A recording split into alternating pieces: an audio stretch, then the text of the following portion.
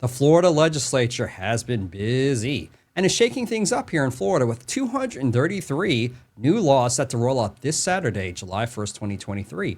Get ready as we explore the most crucial and, yes, most controversial changes that could redefine what it means to live, work, and even play in Florida. Without further ado, here is my list called the Top 10 New Florida Laws Taking Effect on July 1st, 2023. This list is based on impact or interest to Floridians. This list was hard to create, picking just 10 of 233 new laws. So let's get into this quick top 10 list. Drum roll, please. Number 10, SB 2500. The record-breaking budget law gives Florida a record amount, $117 billion fiscal year budget. Number 9, SB 1580, Protection of Conscience Act. Healthcare providers can deny services to patients based on CBO, conscientious-based objections. Number 8, HB 1.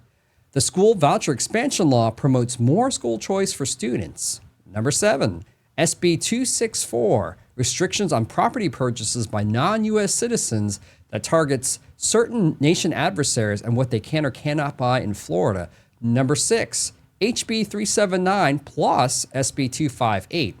HB 379 is called the Technology in K-12 Public Schools, and SB 258 is called Prohibited Applications on Government-Issued Devices Targeting and Banning Such Things as TikTok in Publicly Controlled Educational Institutions. Number 5, SB 266, basically doubling down on the Stop Woke Act, a bill that targets DEI initiatives in the state's educational systems. Number 4, HB 1521, Safety in Public Spaces Act, also known as the Bathroom Bill, which lays down the rules of who can use what bathrooms in publicly controlled restroom facilities.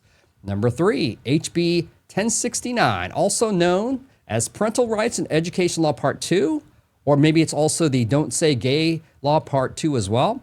So this law either empowers parents with more control over their kids in schoolrooms, or does it target the transgender community even more? Number 2, HB 543, the Constitutional Carry Law.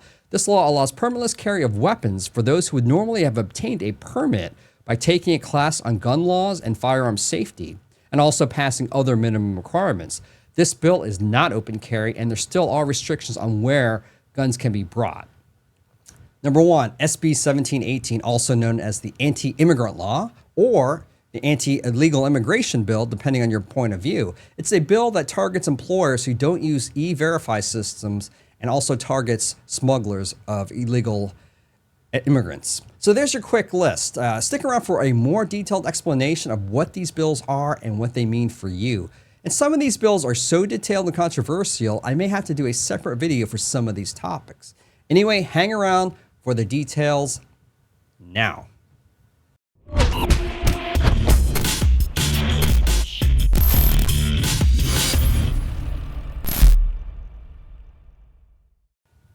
Let's go over our list in more detail. Let's start backwards with number 10. Let's talk about SB 2500, the record-breaking budget law.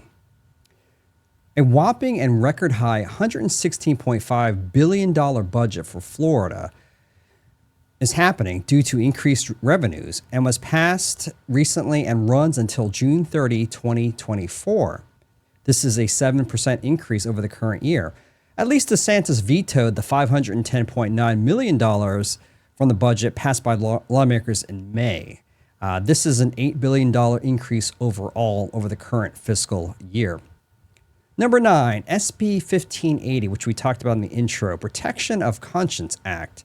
This A, establishes rights of conscience for healthcare providers and payors. B, healthcare providers can legally refuse to provide healthcare services that they would otherwise would not perform. C, objectors are likely to cite moral and religious reasons. D, it provides legislative intent and provides that a healthcare provider or payor has the right to opt out of participation in or payment for a healthcare service on the basis of a conscience-based objection, also known as a CBO. E, exceptions for patients or potential patients' race, color, religion, sex, or national origin. Note the exceptions are not for gender identity and sexual preferences. F, It prohibits healthcare providers from being discriminated against or suffering adverse action for declining to participate in a healthcare service based on a CBO. And obviously, there is a controversy here because there are viewpoints from the political right, of course, in which they're going to say, and the supporters of the bill are going to argue, that it respects and upholds the personal, moral, ethical, or religious beliefs of healthcare providers and payors, allowing them the freedom to refuse services they find objectionable. Moreover, proponents are going to say they have the right to exercise conscience-based objections, and it is seen by them as a vital aspect of individual freedom, especially in the healthcare sector. And also, proponents are going to say, this addresses the government overreach, right? In the context of recent pandemic measures, for example, this bill is viewed as a response to perceived governmental or institutional overreach, such as mandates for vaccines and mask usage for children. Now, viewpoints from the left, political left, right? Critics of the bill are going to express concern that the law might enable medical discrimination, especially against marginalized communities like the LGBTQ plus community. The legislation does not specifically extend protections based on gender identity and sexuality.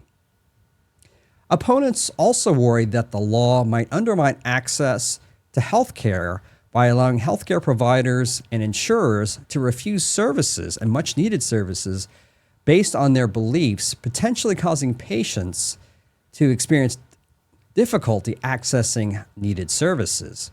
Opponents also say that there are concerns that this bill could lead to healthcare providers imposing their ethical beliefs and morality on patients, which might influence the type and quality of healthcare services provided.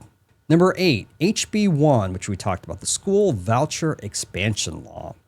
Vouchers for all students? That's what this law kind of promises. This can be seen as controversial or interesting depending on where you stand on the public versus private school debate.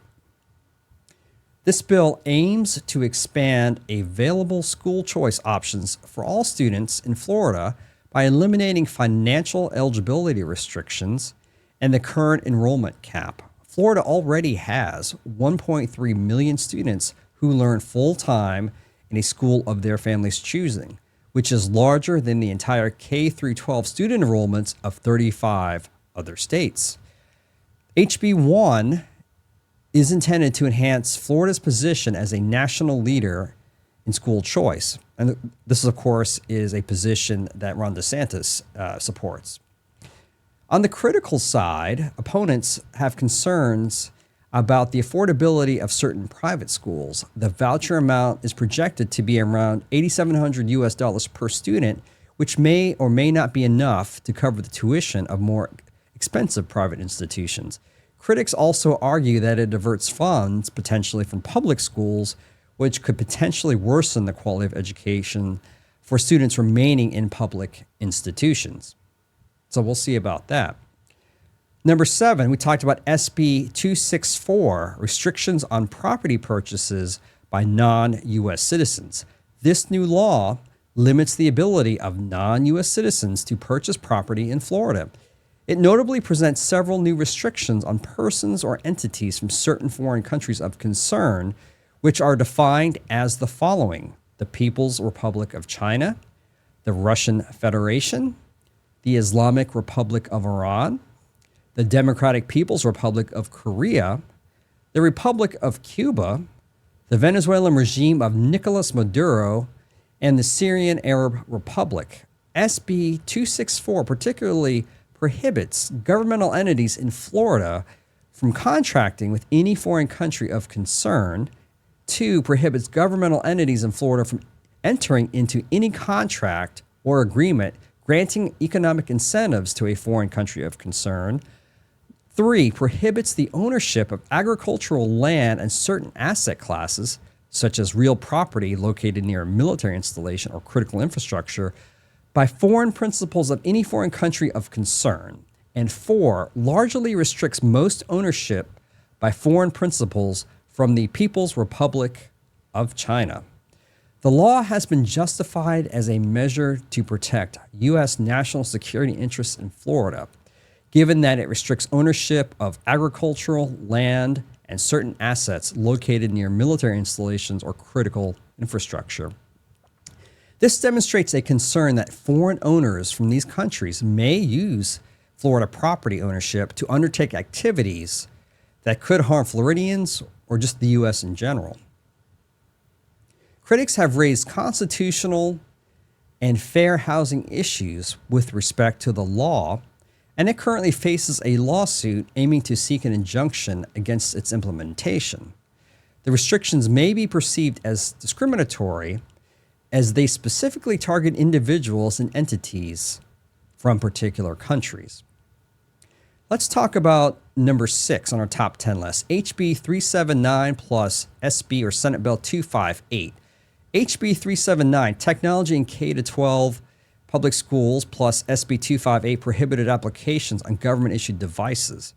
HB 379, first, would require district schools to instruct students on the social, emotional, and physical effects of social media for students in grades 6 to 12.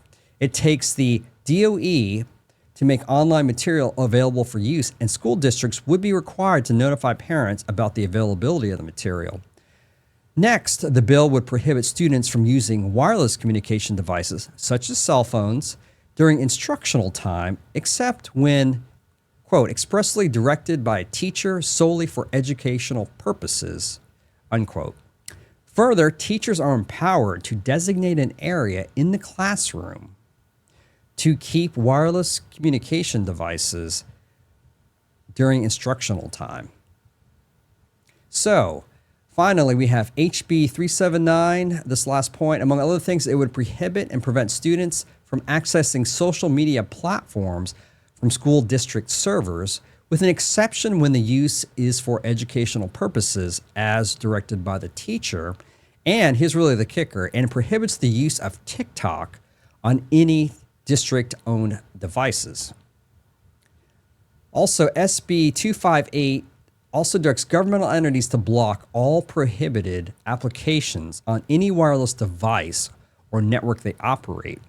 The bills direct the Department of Management Services, also known as DMS, to compile and maintain a list of prohibited applications beyond TikTok and publish the list on its website. So we also talked about number 5, SB 266, which is basically doubling down on the Stop Woke Act that you all been hearing about. Governor Ron DeSantis has signed Senate Bill SB 266, and it goes into effect Saturday, July 1st. This officially prohibits the state's public colleges and universities from spending state or federal money on programs or campus activities that advocate for diversity, equity, and inclusion, also known as DEI. The legislation aims to replace subjects like critical race theory, also known as CRT, and gender studies with more employable majors. The law would also restrict public colleges from providing initiatives like anti-bias, DEI, and cultural competence training for educators, staff members, and students. So this measure follows closely from Florida's 2022 Individual Freedoms Act, commonly referred to as the Stop Woke Act, limiting the way topics like race and gender can be addressed in public schools and also in workplaces. Specifically, SB 266 prohibits programs, majors, minors, curricula, and general education core courses from referencing theories that, quote, systemic racism, sexism, oppression, and privilege are inherent in the institutions of the United States and were created to maintain social, political, and economic inequities, end quote. A companion bill, House Bill or HB 931, bans Florida's colleges and universities from requiring students, faculty, or staff to sign statements in support of DEI in order to be admitted or hired. Both recent bills are part of a group of higher education reforms recently passed to curb so-called woke ideology and policies in schools and businesses throughout the state. This is obviously a hotly contested topic between the political left and the political right. This bill alone is probably worth a video on its own. So be on the lookout for that video. So let's talk more about number 4 on our top 10 list, HB 1521, Safety in Public Spaces Act, also known in the more informal way of the bathroom bill. The bill introduces a system to regulate restroom usage throughout the state of Florida, primarily in public or government-owned buildings. Its definition of sex is based on, quote, the person's sex chromosomes, naturally occurring sex hormones, and internal and external genitalia present at birth. As a result, restroom usage in certain spaces is limited based on this definition. It's worth noting that the bill does make exceptions for emergencies, law enforcement purposes, and assisting others. Supporters of this bill argue that the law is designed to maintain public safety, decency, decorum, and privacy in restrooms and changing facilities.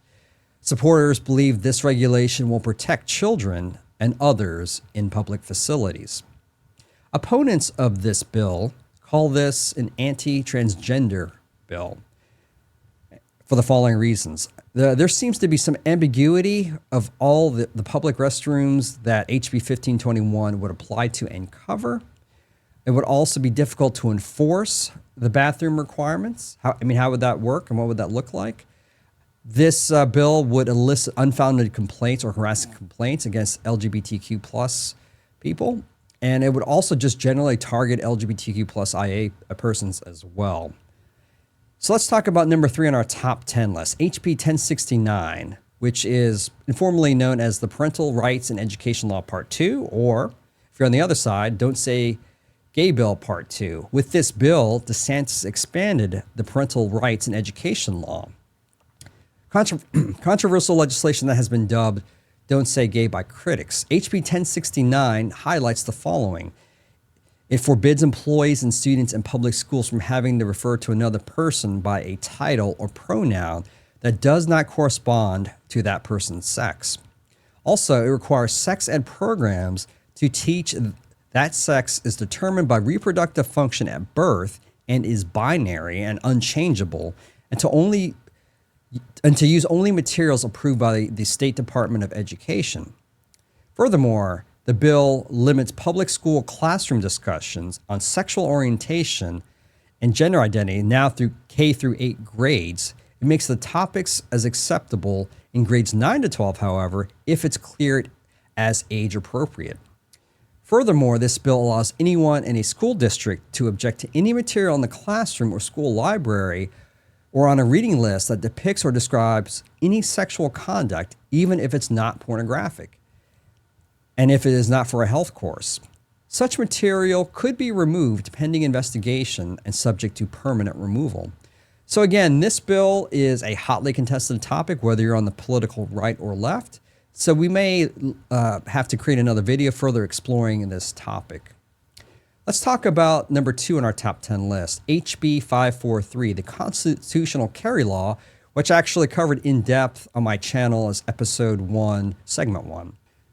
Number 1, SB 1718 is next on our list, top 10 list, which is also the anti-immigrant law or the anti-illegal immigration law, depending on your political point of view, of course. Basically, the gist of it is this. Ron DeSantis and his supporters are against the onslaught of people illegally entering the U.S. at the southern border, thanks to Joe Biden in particular, and want to deter people who are in the U.S. illegally from coming to Florida, as well as hold others accountable in the state who are supporting illegal immigration to and in Florida. So, SB 1718 does the following. It toughens penalties on people who bring undocumented immigrants into Florida, which is really aimed at smugglers and subjecting offenders to prosecution under the Florida RICO Act. Furthermore, it requires hospitals that accept Medicaid to include a citizenship question on intake forms. Further, it provides $12 million US for a program that allows Florida to transport migrants to other parts of the country. And although Florida requires E-Verify now, it has a limited scope. So this new bill will now expand the requirements for businesses with more than 25 staffers to then use E-Verify, which is a federal system that determines if employees can legally work in the U.S. This bill also prohibits county governments from providing money to organizations that issue identification cards to people illegally in the country. And very interestingly here, this bill also invalidates out-of-state driver's licenses held by undocumented immigrants. No doubt a hit on California's law and Gavin Newsom.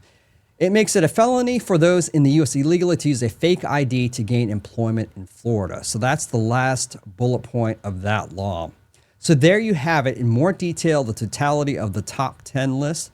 And again, there's 233 bills being introduced and taking effect on Saturday, July 1st. Did I miss something here in this list or in the explanation? Did I get things out of order in the top 10 list?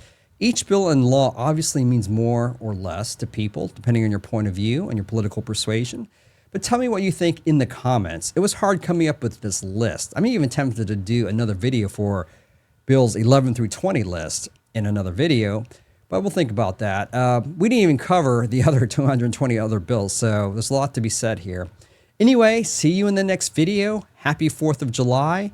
Take care, and I'll see you soon. Bye now. For more awesome content, like and subscribe now.